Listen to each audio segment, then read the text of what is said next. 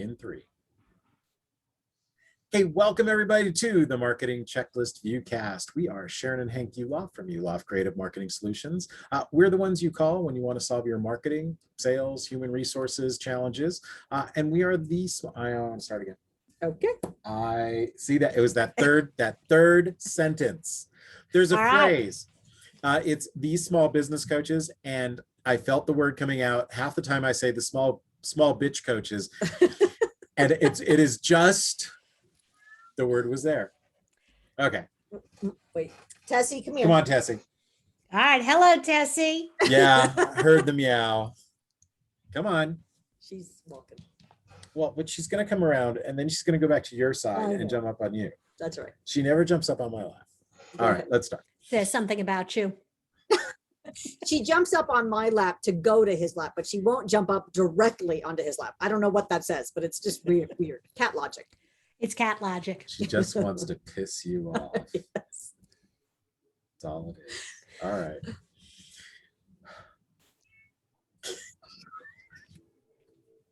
Well, where are you? Could you hear that? Did her meow come through? No. Oh, okay, then we're just going to start. Welcome to the Marketing Checklist Viewcast, everybody. We are Sharon and Hank Yuloff from Yuloff Creative Marketing Solutions. When you are looking to solve your marketing, sales, and human resource challenges, we are the small business coaches that you call. On this viewcast, you will meet and learn from successful entrepreneurs who are out there making it happen right now. Yep, here's how it works. We have pre-sent several questions and received the basic answers from our guests, so we're able to share with you the very best information. And here's the kicker. The interview itself will be just 7 minutes, 21 seconds long. Why 7:21? That's our wedding anniversary. Yes, it is. And this July, it's number 30. So why don't we get started? Can you introduce our guest today? I can, and I will. Our guest today is Lorraine Ball, and you can find her at DigitalToolbox.club. That's DigitalToolbox.club. Awesome. And it'll be in the show notes, and we'll say it again. Don't worry about it. Yep. So why don't we get started? Okay. Question number 1. We only have a 3-story building. What is your elevator story? My elevator story is that I help small businesses become big businesses using digital marketing tools. Okay, so now give us a little bit more. What is your business really all about? So the business started, I started a traditional agency, and then we became a digital agency because that's what happened to the world around us. Mm-hmm. And one of the things that I discovered is that a lot of my customers came to us with questions. They didn't know what they didn't know. And so we started doing training as a sideline. And today, the training, the resources, the tools is my core business at the Digital Toolbox, and I let other people do the agency side. Gotcha. So why should our listeners flock to you? After a number of years, no, truthfully, I had a lot of time in corporate America. I have 20 years of agency work. I have kicked the tires. I have run into the fences. I have helped a lot of small businesses grow. And I really believe in teaching and training, that it helps empower business owners to make their own decisions. I want them to be successful, and that's my happy place. When I hear that something we did actually drove results, you can't have a better day than that. Absolutely. Yeah. And, we were, for listeners, we were on the Lorraine show a little while ago. And when we were on her show, her cat jumped up into her lap. Our cat jumped up into my lap just now. So we're having a struggle fest with Tessie. Okay, Tessie, I love you. Yeah. So given all of that, what tips could you give to our listeners? So I think several things. Number one, you have to be using digital products. That's kind of the baseline, but you do not have to be using all of them. Yeah. You need to be selective. You need to think about where your customers really are. How are they engaging? If you're targeting, for example, if you're targeting consumers who are 50 years old and older, mm-hmm. Facebook is great. They're all there looking at their kids and their grandkids, and they're having a good time. But if you're targeting millennials, if your audience is that hipper, younger customer, you may have to have a serious presence on Instagram because that's really where they are. And so it, regardless of the product or service that you sell, it starts with where is your customer? Where are they hanging out in the digital world? Where do they go for information and resources? And where are they open to a conversation? Absolutely. Because they may be on Instagram, or they may, well, and I'm going to use Instagram, but they may not necessarily want a picture of the inside of your furnace on Instagram. So it's not just going to the right parties. You got to go to the parties ready to talk about what people at the party want to talk about. Yeah, Well said. we've noticed we've started being on Clubhouse quite a bit, and because you couldn't at this moment, you can't message within a Clubhouse. Instagram pretty much owns that entire world. So our Instagram presence has Dialed up. Yeah, greatly in the last several months. Yeah, it's interesting with Instagram, and that's a really great example of, do you need to play or don't you need to play? I spent about 6 months with a partner, and we did a show every Friday, and we were putting a lot of energy into it. And at the end of 6 months, we looked at each other and said, our customers are not on Clubhouse. Yeah. Our peers are, other thought leaders are, but our customers aren't. And so we made the conscious decision. We're doing Friday morning, 9:00. We still do the conversations, but we are streaming them to Facebook, LinkedIn, and YouTube simultaneously. Yeah. And we can get that magical recording Yes. that we could not get. And so that was a case of kicking the tires on a technology and making an informed decision that it was okay not to put the time into it today. Absolutely. Yeah, there's a room that I go into most every day. I use it as a practice I know there's a live audience, so I have to dial my game up, but I am practicing different things, different parts of a sales presentation, or different parts of different things that I want to hear the words coming out of my mouth to an audience where I know that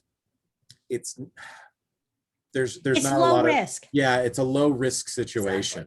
Exactly. Yeah, you get feedback, and you based on the interaction and the engagement that you get. Absolutely. So you've defined a specific purpose for that digital tool. Absolutely. So that makes your point. Cool. So Lorraine, what's an amusing job title for you? I have often been called the ringmaster. Because running an agency is like standing in the middle of the circus. There's jugglers over here, and there's an elephant standing on a ball over here. And my job has always been to make sure that people knew where they needed to be looking, pay no attention to the men behind the curtain, and just keep all the plates spinning. Yep. Totally And get that. where are the dancing bears? Yes. Well, we had dancing cats.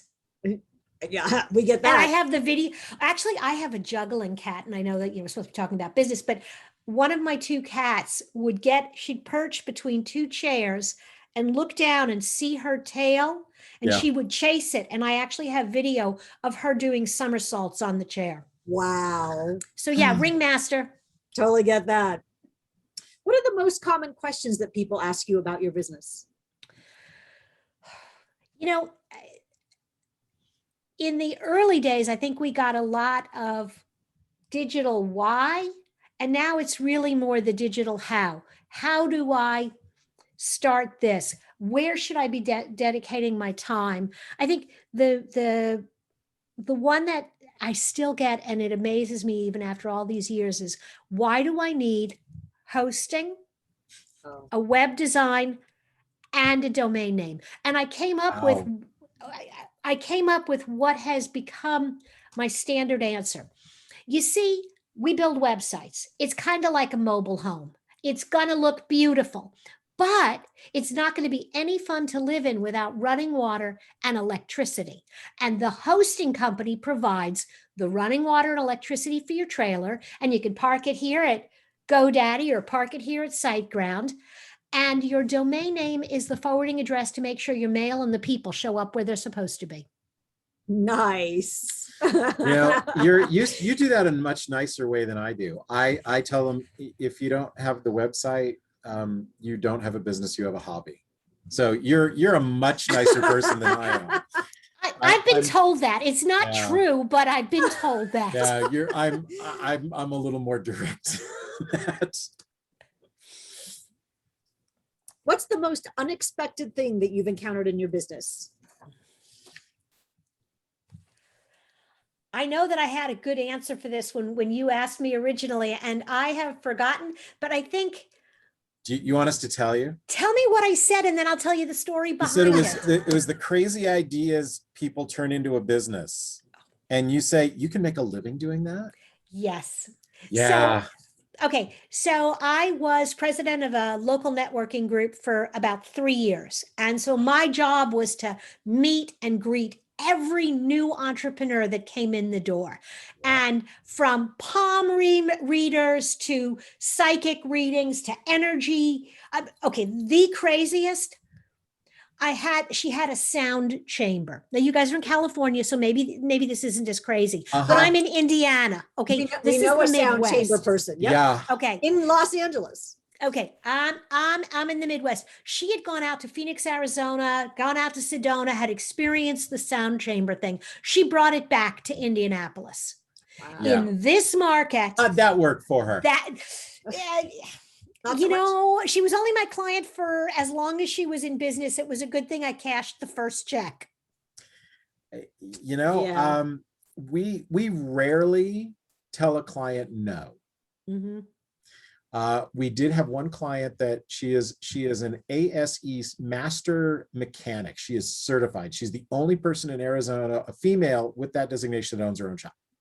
She came to us and said, I want to open a coffee shop. Because she couldn't find any good coffee in her town. And we asked her 2 questions. Do you know how to make coffee? No. And have you ever worked in a restaurant? No. But I can hire people to do that in my Uh-huh. small town So- where nobody can hire anybody. She showed us the location, which was Dreadful. dreadful. And we said, no, we rarely say no, but it was like, no, you can't do that. And then a spot next to her shop opened. And we said, okay, fine. Here's what you're really doing. You're not opening a coffee shop. You're opening a waiting room where they can get free coffee if they bring their car. And you just happen to sell coffee to other people. And we said, you get a year. Because that was the lease. And we told her, Don't renew that lease without checking. Yeah, and we said, we're telling you now, this is not going to end well. Mm-hmm. And a year later, she came to us and said, the next time I have an idea like that, I want you to direct me in Vegas, tell me to put $25,000 on black and to just get the pain over early. So at least I know that's all I will lose. Yes. Yes. So yeah. I had a guy who had this great idea. University dorms are notoriously small, and at least here in the Midwest, they do a lot of lofting. You have, instead of putting your bed on the floor, you buy a loft, you put your mattress up and your desk underneath. Uh-huh. He was going to sell loft kits. Okay, great. Interesting. They're But he was cool. going to have a retail store that he was going to pay rent on all year long. Why? Wow. I'm like, you have a 2-week window. If anything screamed digital, and if anything screamed, just take an ad in the college newspaper. And then buy them back at the end of the year for a whole lot less and then resell them the next year. Kind of like textbooks.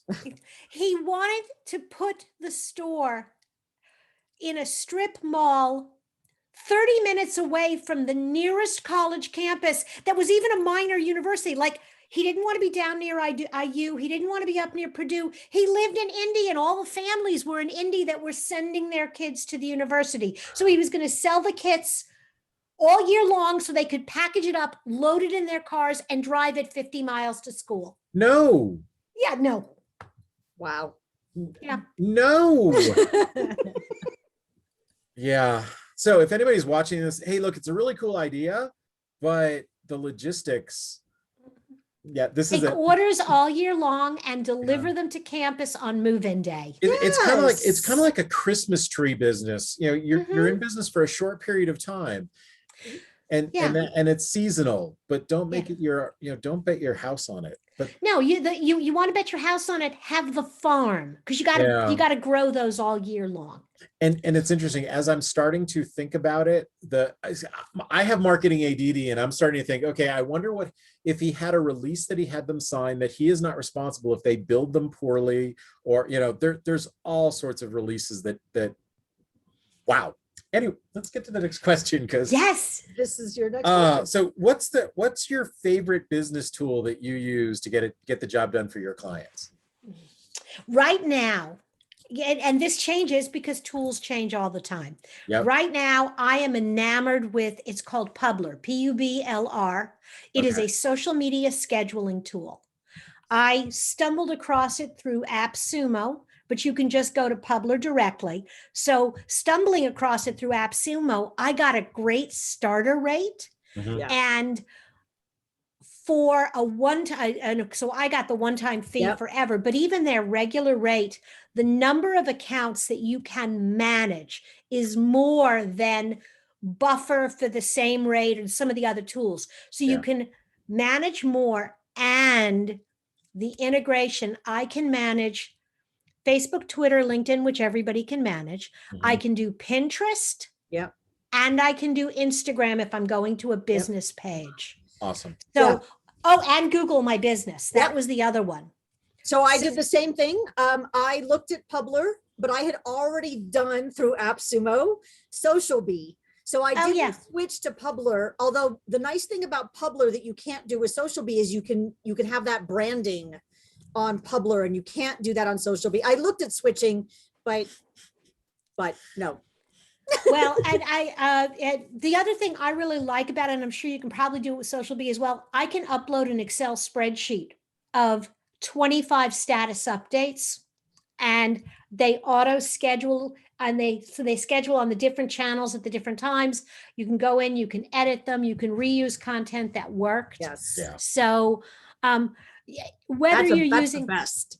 oh whether you're using Social Bee or Publer or Buffer, whatever you're using, that does not replace the interactive social media, Right. but I think that that's a great ground cover. Yeah. Yeah. Like if you think of that, that's the infantry, and then you are the marksman. So you come in with the precision hits and the high quality engagement. Yeah, we always tell our clients that the stuff that we're putting up there for them is we're the safety net. So it's the same kind of a thing. If you can't post that one day, okay, we got you covered, but it doesn't mean that you shouldn't be posting yourself. Yes, So, do it natively. Those will always be better than the tools. Yeah. Oh yeah. So what about your business makes you the happiest? I think I said it earlier. I think the wins. One of my very, very first early clients, when he came to me, it was him and two guys in his basement, and they were struggling to keep the lights on, and they were trying to get a loan to so they could get a lease on a building. Mhm. And I wrote their business plan, coached them in marketing, and today they top the list as the fastest growing web design company here in Indy, and they have their name. So they have at least 2 floors on a 10-story building on the side of the building. And every time I drive by, I smile because I was a part of that. And he still calls me every now and then, and he's like, so am I still your favorite client? And I'm like, always. Of course, don't tell all my other clients, because I say that to them too. And the favorite question on the Viewcast: what did you learn in nursery school that you still use today?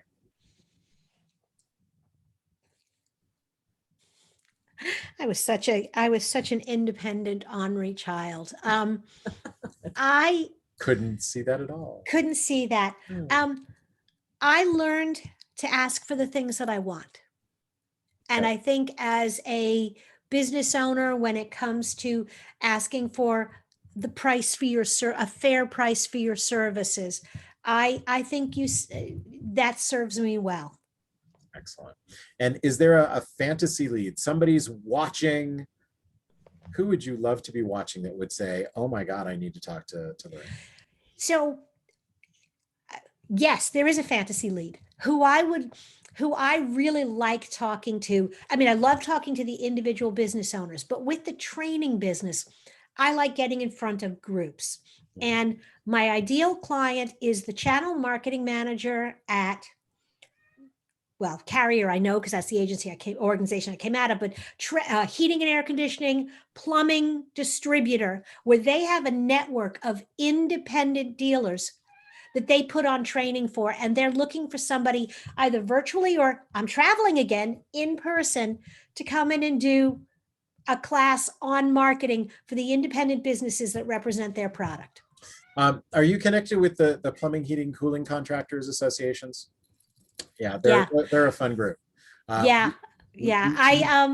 I was the channel marketing manager at Carrier Corporation for a while, and so I ACCA, SMACA, ACCA, ASHRAE, and then the plumbing, heating, cooling contractors, both locally and nationally. Yeah, but you know, there's always turnover, and there's always a new distributor in a different market. Yeah. So I'm always looking for those connections. So if there's a person that loves joint ventures, what would be a joint venture that would work for you? Who would you like to connect with? I'm always interested in talking to other business trainers, particularly marketing, but I'm always interested in looking at ways to tag team, shared conversations, joint training sessions. That's always fun. Awesome. Sales coaches are great. And the last question, do you have an offer for our listeners as a way to begin a conversation with you? So if you go to the Digital Toolbox, I would love to, you can just fill out a form and send me a note. I'm always happy to have a conversation, but I'm also willing to offer a 20% discount on not just your first month, but however long you stay a member, that 20% will be good. And the code is very simply webinar, capital WEBINAR.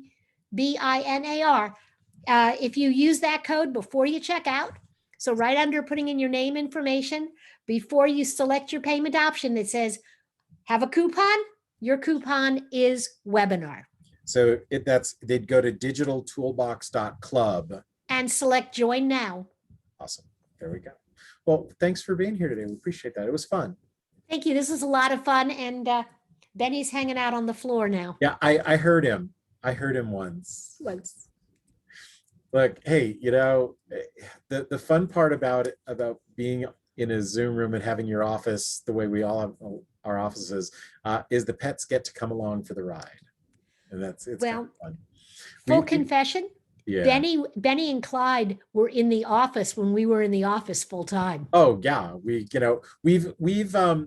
a home to office. The bottom floor of our house is our office, and it's just been that way forever and ever. Because why wouldn't it be? Why not? So there we go. All right, so go connect with Lorraine at DigitalToolbox.club and make sure you connect with us at howtogettherefaster.com. Yep, you'll get a free 30-minute consultation with us, and we guarantee you'll have at least 3 actionable items that you'll take away with you. And if you would like to be on the Viewcast as well, please be sure to let us know when we are together with you on that success call at howtogettherefaster.com. So thanks, Lorraine. It was great to have you. And bye now. Thank you. Everybody, go check out her offer because, as you can tell from this conversation, she's got a lot to offer.